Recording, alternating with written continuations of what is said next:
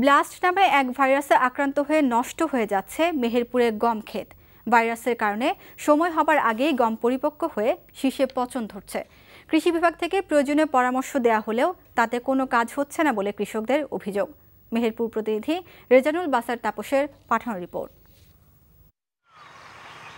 Blast এটি এমন একটি ভাইরাস যে সময়ের আগে গম পরিপক্ক হয়ে এর শীষ পচে যায়। বিঘা বিঘা জমিতে রোপণ করা গম নিয়ে এখন দুশ্চিন্তায় কৃষক। কিভাবে কাটিয়ে উঠবেন বিরাট এই আর্থিক ক্ষতি? তাই সোনালী ফসলে কৃষকের এ ক্ষোভের আগুন।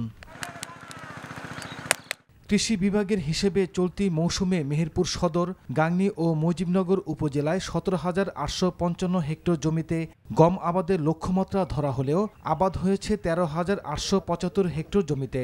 এই গম কাটার পরিস্থিতি নেই বা কাটতে গেলে যে মুনিশ খরচ লাগবে তাও দেওয়া সম্ভব না। অতএব পুনরায় যদি এই জমি চাষ করা লাগে, জমিতে আগুন ধরে দেওয়া ছাড়া কোনো উপায় নেই। মানে এতে কি হবে, কোনো দানাই নেই।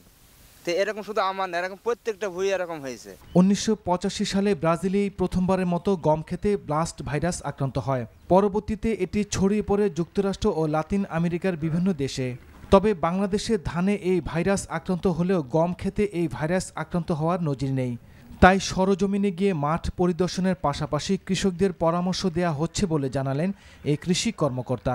ন্যাটিভো নামক যে ছত্রাকনাশক আছে সেটা যদি 10 লিটার পানিতে 6 গ্রাম মিশিয়ে 5 শতক জমিতে স্প্রে করা যায় এবং 10 থেকে 12 দিন পরে দুইবার যদি স্প্রে করা যায়, তাহলে এই রোগে যেগুলো আক্রান্ত হয় নাই সেগুলোতে আর রোগ হবে না।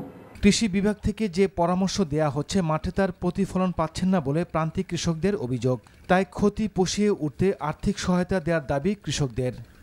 NTV news desk.